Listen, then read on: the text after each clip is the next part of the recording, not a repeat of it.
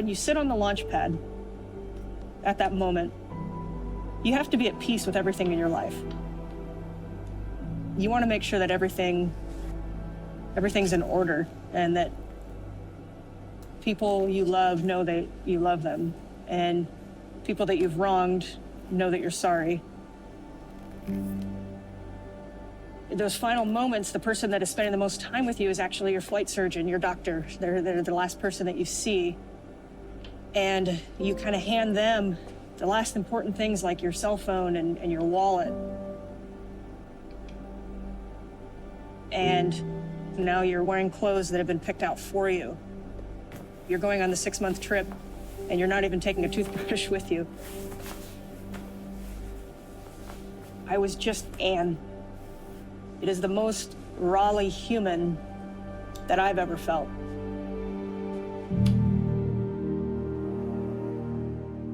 When we got to orbit, it was nighttime, and all I could see was blackness.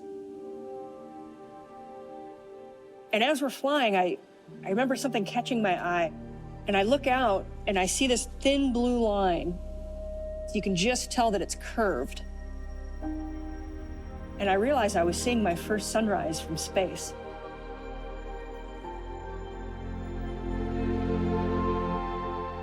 And I caught my crewmate's eye, David, and we just looked at each other.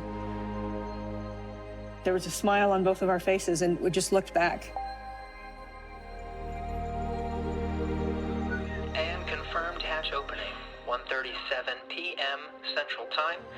The International Space Station was 250. When I came through the hatch, it was actually the first time that I was in free float.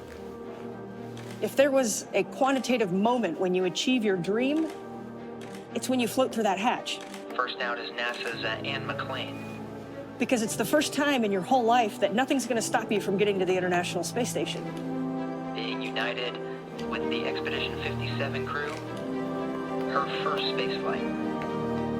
You're there. You're just there. And the joy is overwhelming.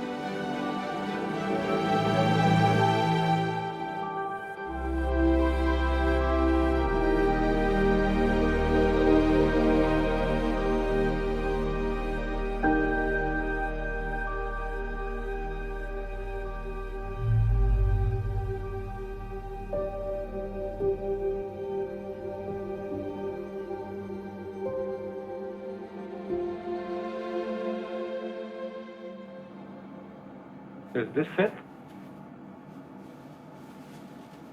Okay, I'm Anne McClain, and I'm on serial number 1001 for the audio recorder, and this is my first astronaut log event, so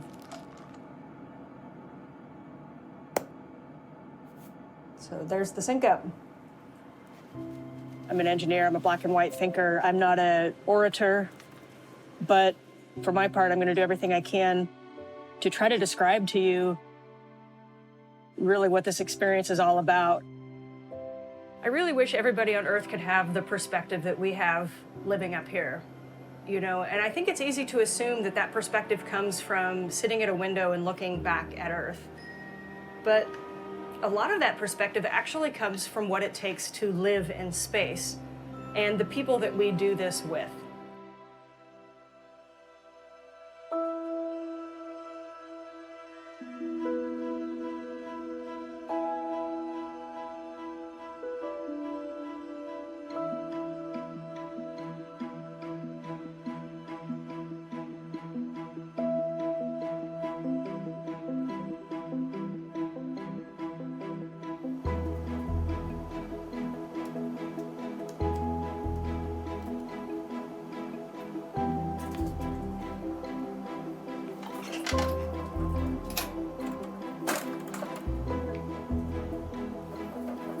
There's nobody further away from Earth than I am right now.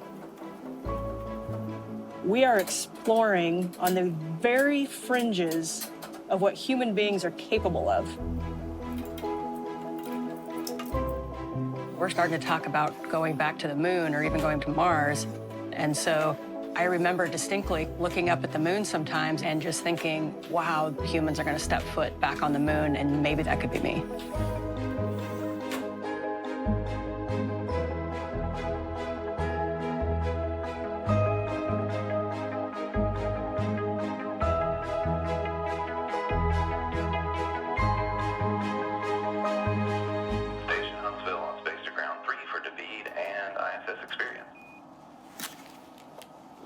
Video 3. Yes, so we just need you to move the Z-cam about 1.5 feet towards the forward side to center it up in the hatch. And that's great, we like that view. Before being an astronaut, I was working as a family physician up in the Arctic in Canada, a little community. So I learned there the art of being self-reliant and having a strong bond with your team. The space station, of course, is this giant international orbiting laboratory with hundreds of experiments being conducted at any given time. But mostly it's biological and medical studies. The reason why is that being in space is just bad for your body. The problems that affect astronauts, they all are resemblant to real disease back on Earth. Except here, they develop very quickly in healthy individuals. So we're like the perfect guinea pigs for medical research. Okay. If I might just watch it for a few more tweaks here, I think this is good to go. Really like it, actually.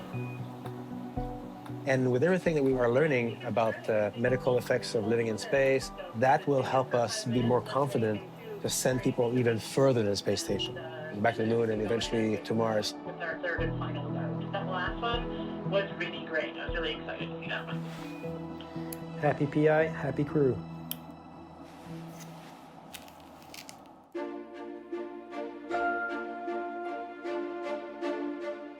Up until yesterday, there were only 3 of us on board. And then yesterday, 3 new crew members arrived. Our good friends, Nick, Christina, and Alexei.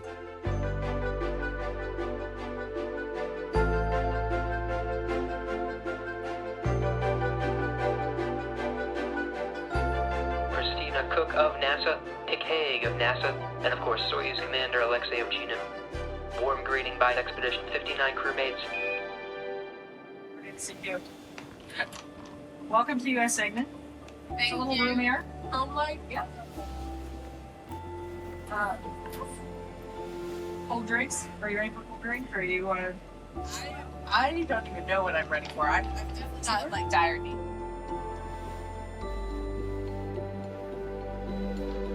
Before I became an astronaut, I worked in the Arctic and the Antarctic. I was running science experiments and doing maintenance upgrades for scientists and researchers that weren't able to be there. My sort of bedroom on station, what we call our crew quarters, is actually tucked into the ceiling. So, you know, to get into it, I would go like this and then, you know, go up into the ceiling into my crew quarters. So that was obviously very disorienting my first couple of days when I would come out of my crew quarters and have to figure out which way I was pointing and which way my feet should go and whatnot. The net is in front of the microscope, so we don't want to touch that rack. CVIS is on motion isolators, vibration isolators, so we don't want to grab that, which is Those are so perfect. super tempting. They are.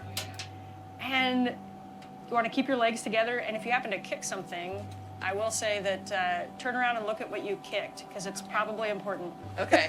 Make sure it's not floating away. Yes, and the sooner you can remap everything to be 3D, the quicker you'll be able to move through here. When you first arrive, you're dependent on the crew that has been there before you for pretty much everything. You're learning how to do everything for the first time again, how to eat, how to sleep, how to call home, all those really important things. You go, and I will tell you this, if your feet are stable, the rest of you is stable. Good evening, Expedition 59. Y'all rest up tonight, and that's all I have. Anything for us? Nope, just thanks for a great day.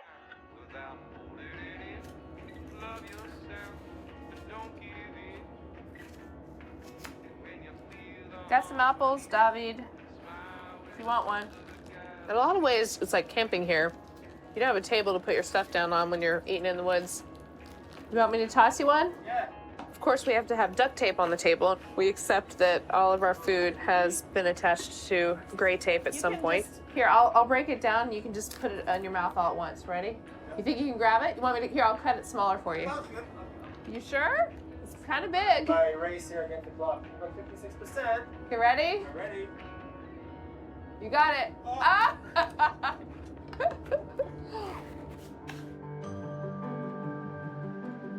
Right now, space station, we're camping in our backyard, testing our technologies for survival in space. And when we're happy that our camping equipment works well in the backyard of our own home, then we can leave Earth orbit and go deeper into space. If we move to the moon, well, that's like camping on a little mountain an hour's drive away. But our Everest, our big ambition, is Mars. Station Huntsville on Space to Ground 2 for Christina and Veggie. We just wanted to give you guys a heads up that historically the plants have needed water approximately every 3 days. So if someone can check on them about that often, and then that should keep them healthy and happy and eventually ready for you to munch on them.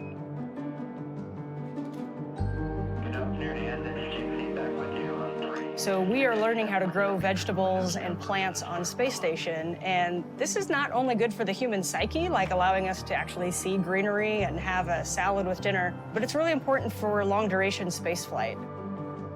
Plants are vital to maintaining our atmosphere and to maintaining certain nutrients in the human body. Route the cable behind the FOP unit. It will be connected at the upper left. On orbit, water is a really big deal for us. So we try to recycle as much as we can.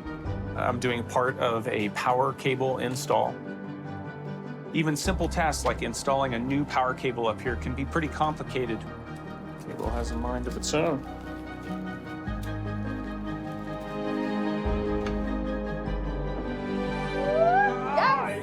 Yes! I got it!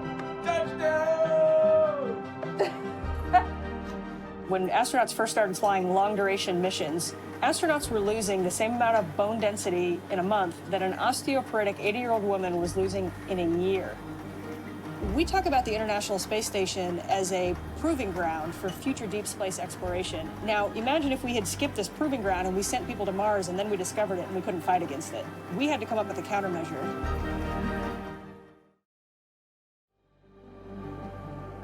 It's really important to exercise on board the space station.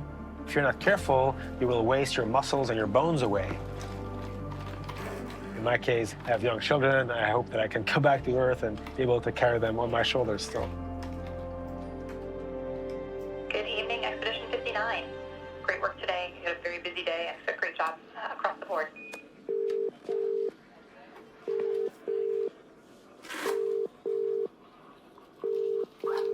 Salut Véronique. Comment ça va, mon amour? Oui, c'est déjà la fin de la journée ici. OK. Hier, qui était chez Marc, il était vraiment trop occupé, trop content pour me parler. Oh, je vois les lumières d'Afrique du Sud, les lumières des villes d'Afrique du Sud, là. On va passer le cap de Bonne-Espérance. Et on devine ouais, des lueurs vertes à l'horizon. On s'approche du monde des aurores australes.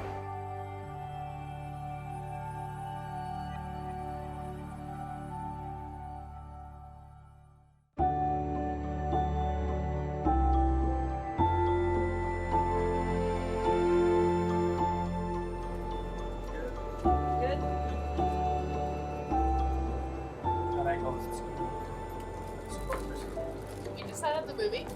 50 years ago, there was a group of women with the same talents and the same passion that I have. Now known as the Mercury 13, they were the first group of women who underwent the selection process to become astronauts. Jerry Cobb was one of them. I feel a very kindred spirit with I'm her. excited to see the actual footage. See, I've got snacks. I've got snacks and drinks, so I'm ready. Send everything back. Would you send down my chute? Jerry, when did you start lobbying to get women into the space program, or was it always a part of NASA's idea? I think it's always been a part of their thinking that eventually we will put women into space. NASA's attitude was that there's just no hurry about it. Why do you think, then, with you available, passing all of the tests right and left and very quickly, that they didn't make an effort to get you up sooner than you may go? Well, I wish I knew. I wish I knew. There's no legitimate reasons. There's no reasons at all why we haven't used women astronauts. Maybe that says something about the state of thinking about women in the United States. By 1960, she had 7,000 flight hours and held 3 world aviation records. She was the best in the world. Not the female best, she was simply the best. However, That's where her deep passion for space exploration met a barrier, because she and the other women were excluded from being considered as astronauts. This is where I was born to be. I never considered and would never consider a different line of work. At the same time, I am keenly aware now how lucky I am to have had the opportunities I had when I had them, because Jerry was also born to be here. You can leave the lights off. We'll just compensate by changing the exposure on the camera. It shouldn't take but a minute, or actually about 3 minutes. Space is an absolutely unforgiving environment. It is not built for humans to live in, yet we do. And more about being on Space Round 3, no response required. We just want to let you know. I prepared for this space flight by training to be an Army officer. I spent 15 months in combat, flying Kiowa Warrior helicopters. And moving on to step 14 for the measurement.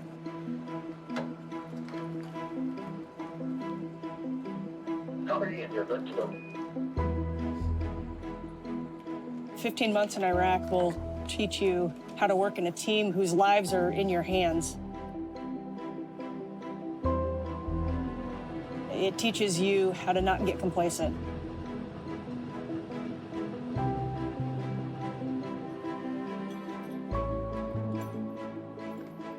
It teaches you how to operate in an environment where you're there for so long that you have to be able to relax. But there always has to be part of you that's ready to surge.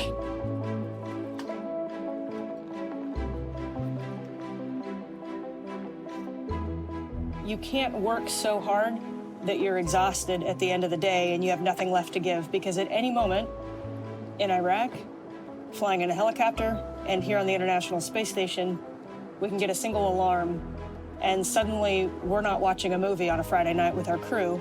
We're actually getting on our vehicle and flying back to Earth. That's the surface, the hyperbolic surface.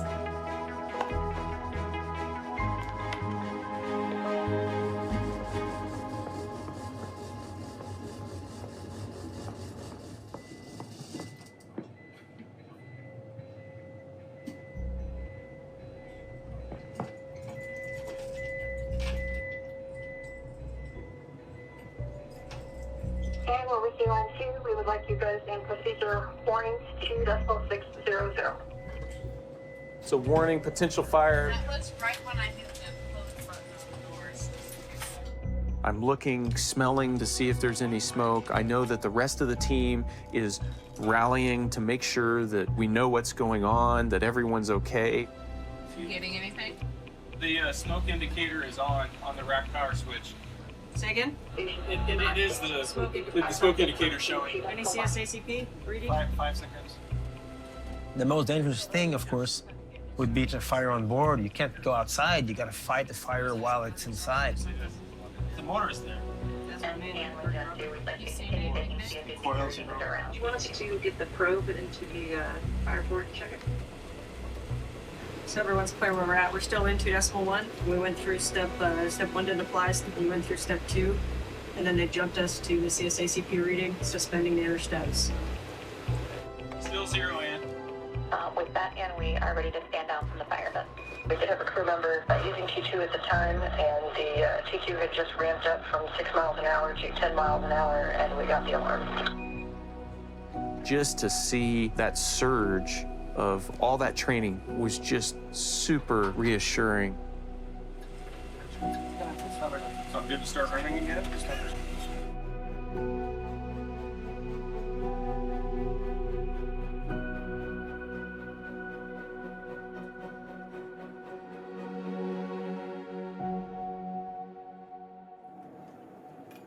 Okay guys, we're gonna step out. Don't have too much fun. Oh wait, let's do our picture.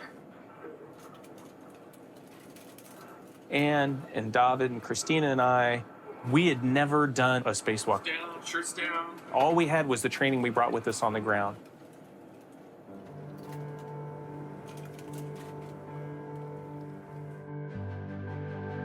That bag is hooked to the port extension inside the circumferential handrail. You can release the net from the airlock. 53, Griffin. Greetings. Greetings. Doing a spacewalk for an astronaut, that's one of the big highlights of any astronaut's career. After all these years of training, you kind of finally become yourself a little satellite of the planet in your own autonomous, kind of human-shaped spacecraft, thanks to our trusty spacesuits. It's got everything to keep you alive in the deadly vacuum of space. Waste tether. Yeah, just slow down to the bottom. There's reading. Half an inch is inside, and half an inch in depth. So you're going to head to the No 1 meter work site and be up the airlock. So you're going to go past the high pressure gas tanks beneath the ESP tubes. And I just got this head not pick up the bag or my tether yet. Okay, copy that. I kind of had a moment of a pause during the spacewalk. I turned and I looked out into the rest of our solar system, and the moon seemed so far away, even from the space station.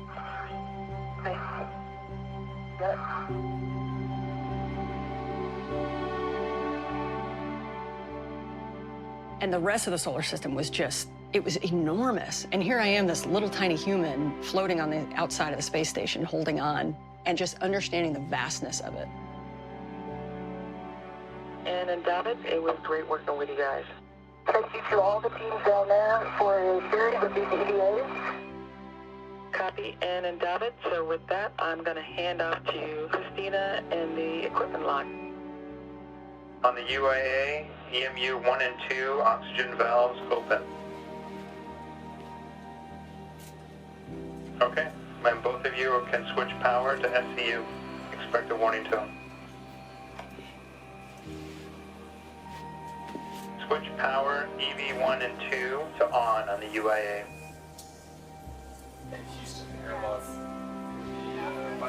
Okay, that should be your last task. Maybe a photo opportunity of here. Sorry. You gotta set a snarl. Heather. Love you. You're always near my brothers.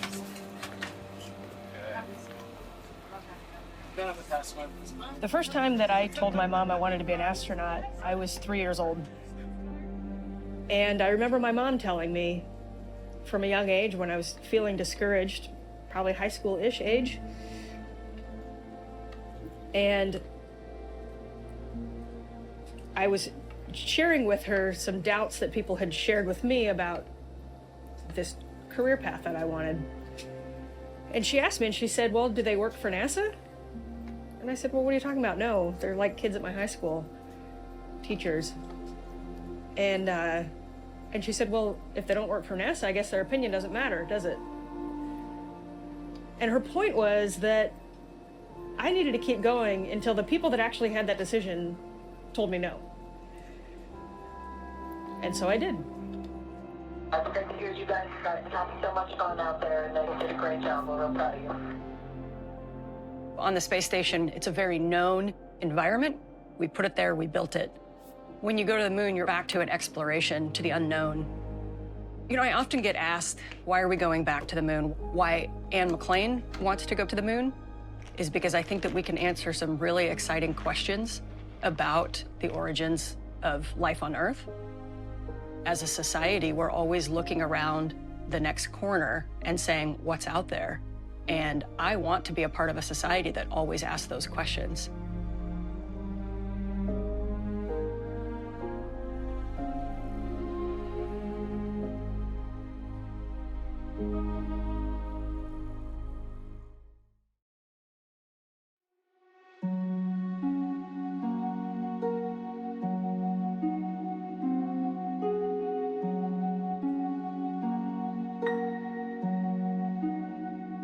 I have some numbers for you guys throughout that procedure. I have saved them. Copy that, Christina. Thank you for doing that. We have some ground commanding to complete prior to your next signal activity. If you'd like, we can give you a call when we're ready for that activity. Good morning. And go ahead. We've had the chance to learn from a previous crew and have passed the baton to the next crew. This is a wheel that turns. Crews pass the baton to each other keeping this amazing outpost of humanity functional and productive and beautiful.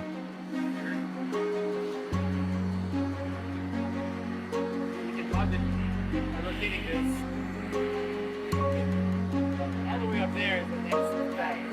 That's how I get them.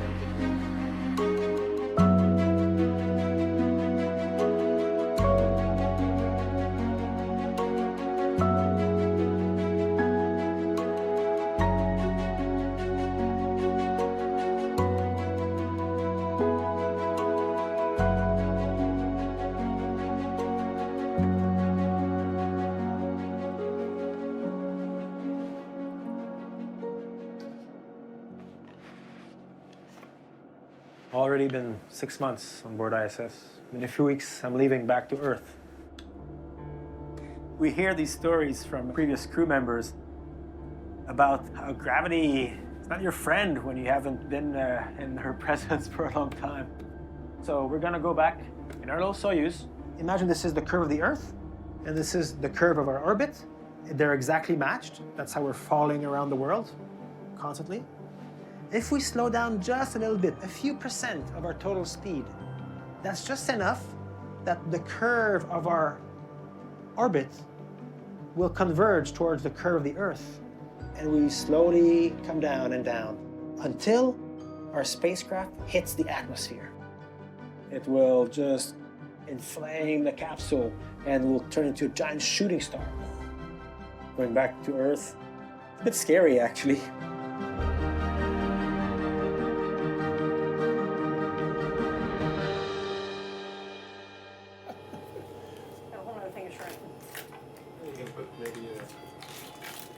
Maybe a little lemon. Put a craisin on top. Get a little sweet at the end of it. Oh, mint lifesaver? Whoa. A mint.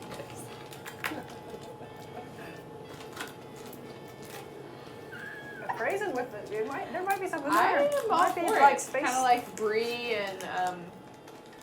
I just tried to soak up the moment and remember these faces. Being able to pass each other our favorite foods across the table without even having to ask.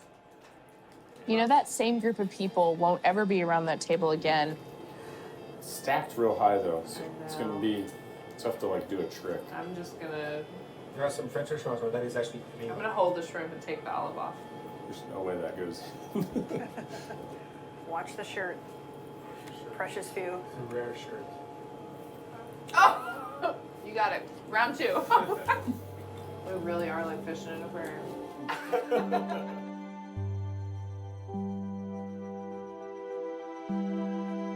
We wish you safe travels and look forward to seeing you in the future.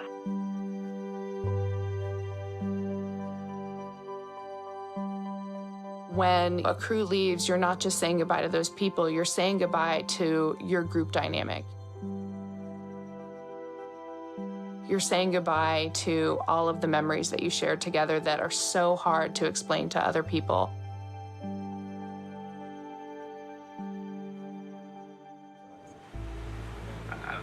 I'm coming up short on words to try to describe the connection I feel. I have a word for it. It's called human spacemates. Because of the humans. Thanks for being the humans. You're spectacular humans. You're spectacular humans. We said goodbye to and David and Oleg, our crewmates from Expedition 59. One of my favorite moments in the departure was literally right before the hatch was closing and we were hugging. And so we're having, you know, love you, happy landing, soft landing, see you on Earth. You guys rock.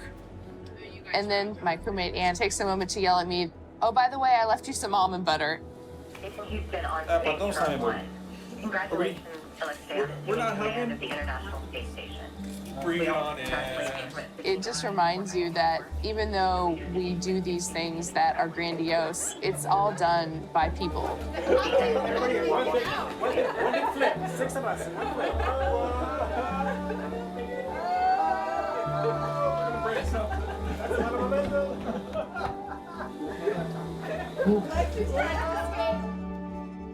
Station Houston, another large congratulations for a very successful mission. We wish you a safe trip home.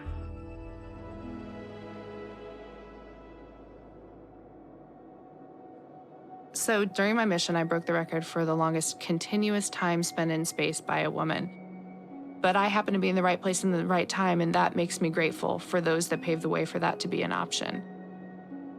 My biggest hope for the record is that it is broken as soon as possible, because that means we are continuing to push the boundaries.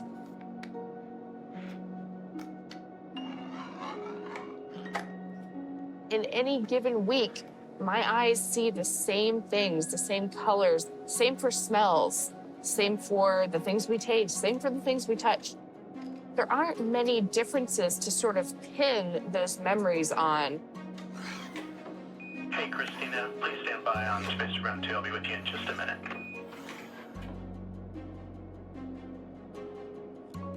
Living in space is not easy.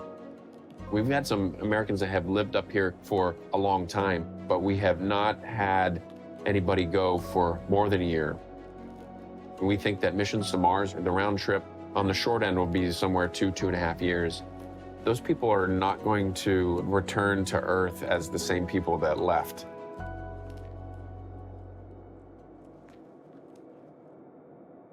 The process of welcoming a new crew is really one of the milestones of the life cycle of a crew member on board the space station.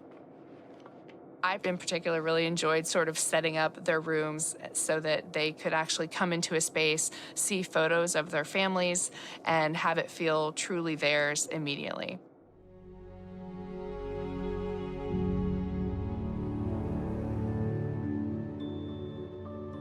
When Jessica Meir arrived to the space station, I was so very excited to see her. I joke that until I saw Jessica arrive to space station, I actually had forgot that I was floating.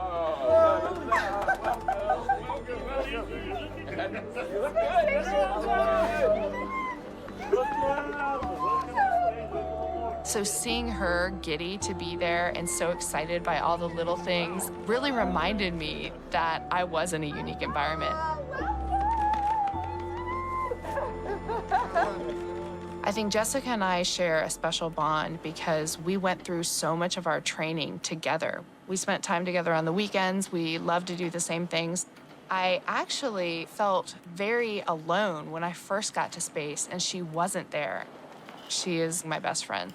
And here's the last sample, if you'd like to take a look. Jessica, next Delta 1, location empty. Just burning stuff. We are all checked out and ready to go on that camera you just set up. 1001, astronaut log, Jessica Meir. As long as you're not like right above the camera looking down or something like that. Okay. But, and then the bias towards, you know, having the camera like at eye level, but you can be upside down, you can be sideways. Right. Okay, thanks. Thank you.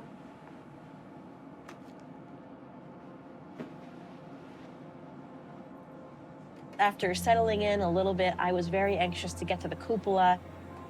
We happened to be passing over the Himalayas in my first view, and seeing those mountain peaks and the gradations of the white snow and all of the mountains and valleys. It was a breathtaking sight. And the Himalayas are, of course, quite special to me since before I was an astronaut, I was studying the bar-headed goose, the species that migrates over the Himalayas. So there I was, my very first moment on the space station, looking out through the windows of the cupola and thinking about my geese, looking down at them.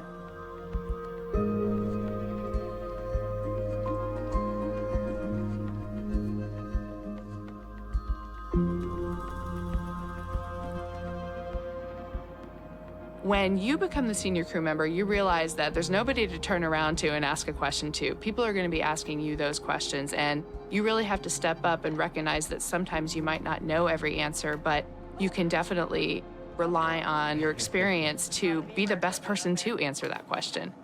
All right, you guys good to start the USOS part? Yeah. No break or anything? Yeah. All right. That sounds good. So when you're new here, there's so much going on that I made these little like cheat sheets for EMER stuff so that before you go to bed at night, you can just like have something to look at real quick so that you know when you go to bed that if there's an alarm overnight, you've just refreshed on what to do. It's the quick and dirty. Okay. Yep. Just like the training ones, only in right. perfect condition. Yeah, exactly. They've got the weird emergency switch where Right. emergency is actually clockwise. Yep.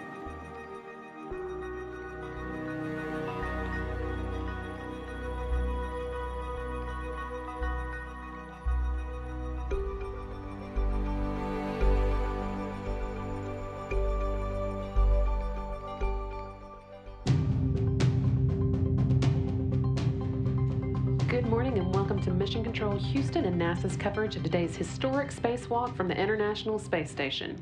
Astronauts Christina Cook and Jessica Meir have spent the past week getting ready for this spacewalk, which will be the first to be conducted by 2 women. And prep is proceeding according to schedule so far.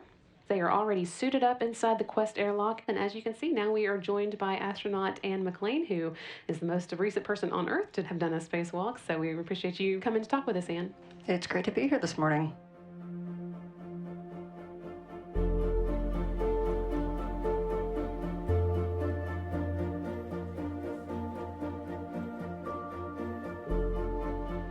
I had heard a lot of different stories about coming out of the hatch the first time, but I, of course, didn't know how I was going to feel.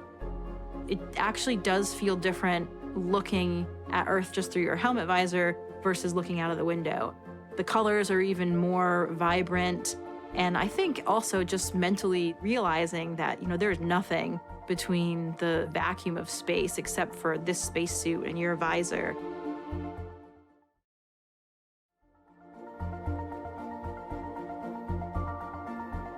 You're translating port to Bay 12, headed nadir of the FHRC. The temperature can swing outside the space station depending if you're in the sun or the shade, a total of about 400 degrees. And so a big part of that life support system is the cooling.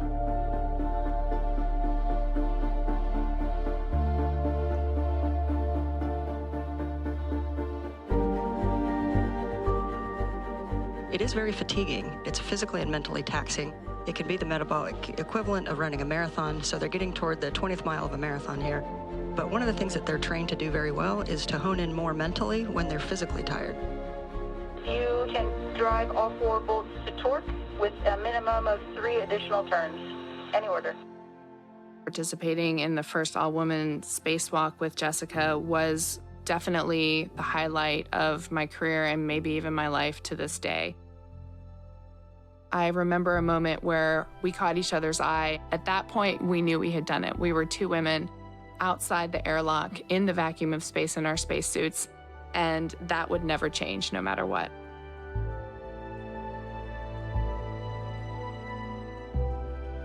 It's really our honor to be out here working today, and we recognize that it is a historic achievement.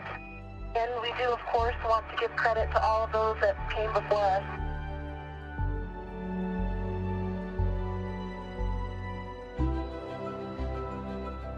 There's been a long line of female scientists, explorers, engineers, and astronauts, and we have followed in their footsteps to get us where we are today. I'm extremely fortunate to be sharing this moment with Christina Cook, who is not only my colleague, but also a very, very close and dear friend.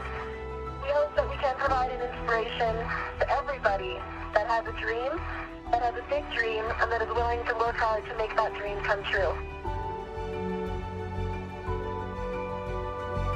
Christina and Jessica, incredible work today. Welcome home.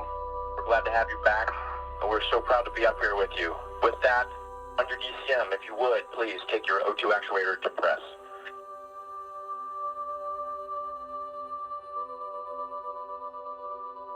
Christina Cook, you're needed in the Cupola studio. I repeat, Christina Cook to the Cupola studio. Thank you. A pretty good pass up here. Perfect. I got some the other day, but there were a couple other spots that I wanted to look at again. Awesome. It's really nice that we have these great passes over the Amazon on the weekend, so we can actually get in here and get some pretty... I know. I love seeing the agricultural lands and how they're centered around rivers and stuff. It just never ceases to amaze me. I am very honored to feel like I was part of something historic, given the first all-women spacewalk. I have actually been pretty overwhelmed by that, to see how much people have paid attention to it, how much it has resonated and meant to people of all different backgrounds, of all different ages. The closer that we get to making space more accessible to everybody, the closer we get to being a truly space-faring species.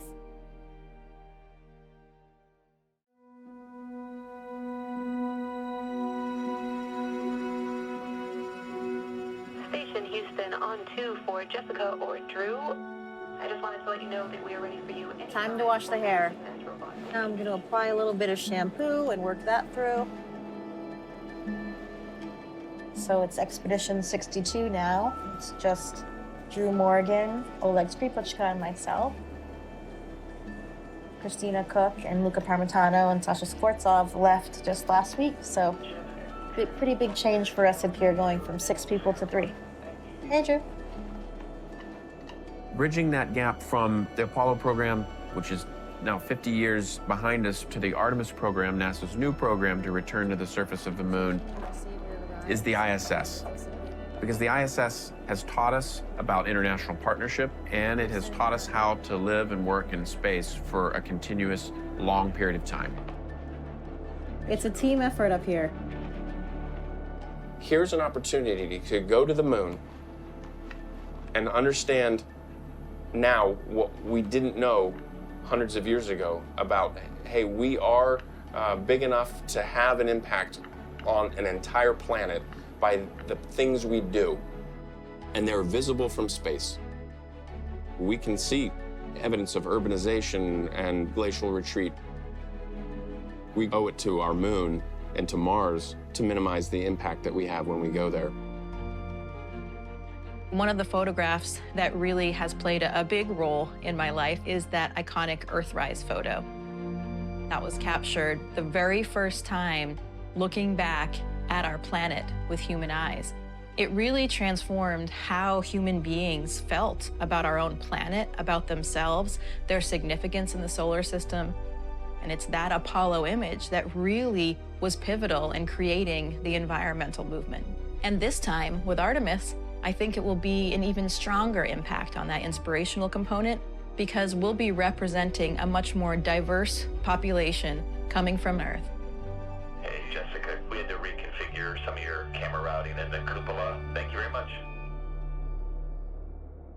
I'm not really looking forward to going home right now.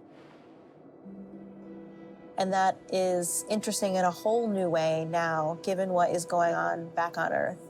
Since we have been up here on the space station, we have had this terrible outbreak of COVID-19. We're not the first humans to see something of great magnitude while people were removed from Earth up here on the space station.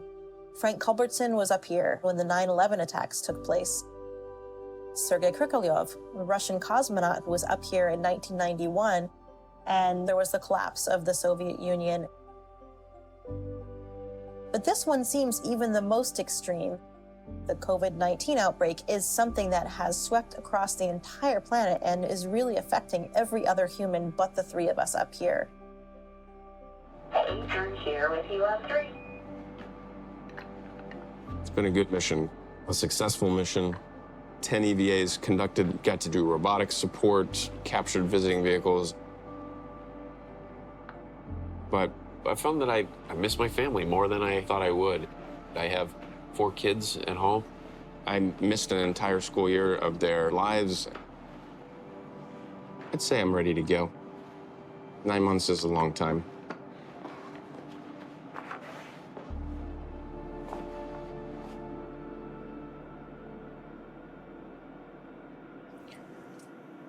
(1001).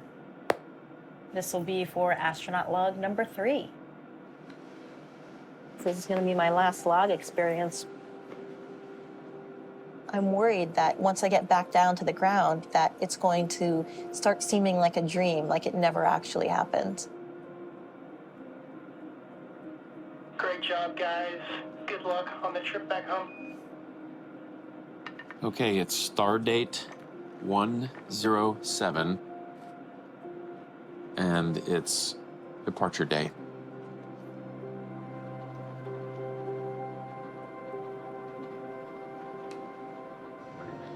Expedition 62 departing.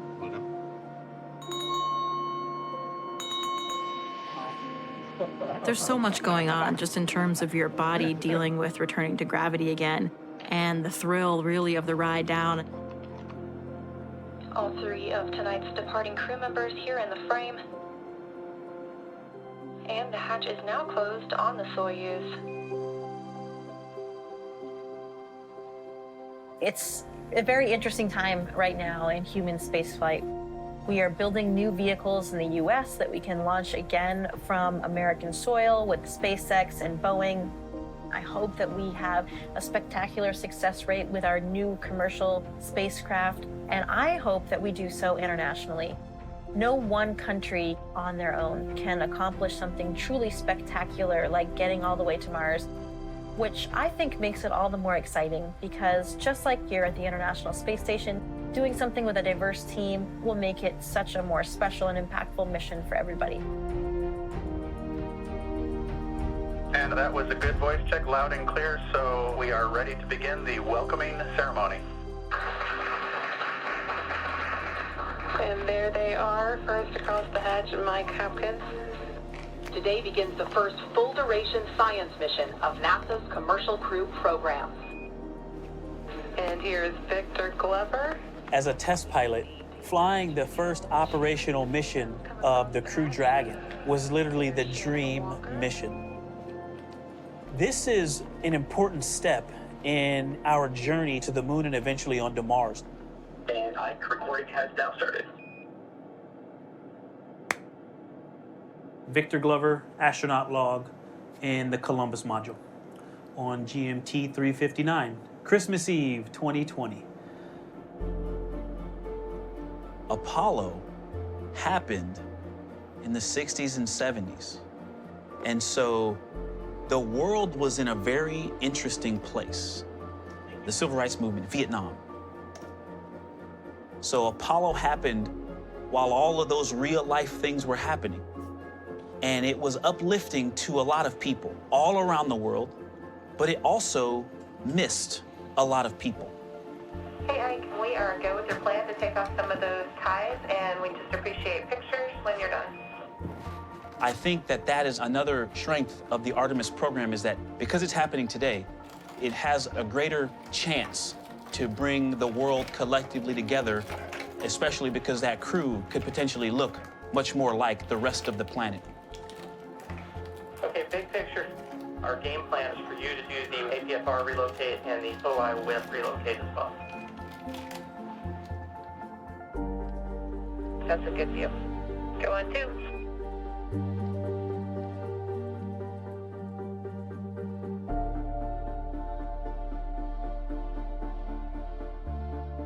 This space station, it has given us a process to test out technology, to test out spacesuits, to test out laboratory facilities, manufacturing capabilities, but it has also given us a place to learn to exist in space.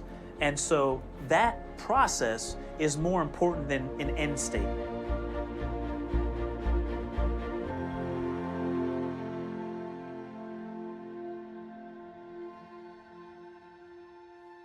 I think the biggest thing I learned on the International Space Station during my time in space is that you have to listen to space and let it teach you. The most significant realization I had on this mission is that if I had been born 50 years ago, I would have never had this opportunity. And I look back at the Earth and I wonder, who do we exclude now? The one thing that I hope that I can convey and share with people is that we are all in this together. We need to live our lives that way. It's so easy to understand when you're looking back at the planet from above. It just makes sense.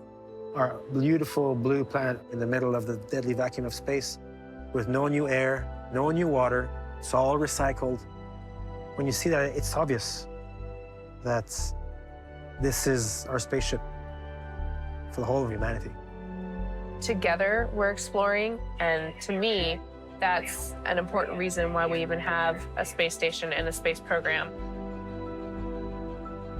You know, if we're not moving forward, we're moving backward. And this is the moving forward part of what we do as humanity. 5, core stage engine start. 3, 2, 1, boosters in ignition. and liftoff of Artemis 1. We rise together back to the moon and beyond.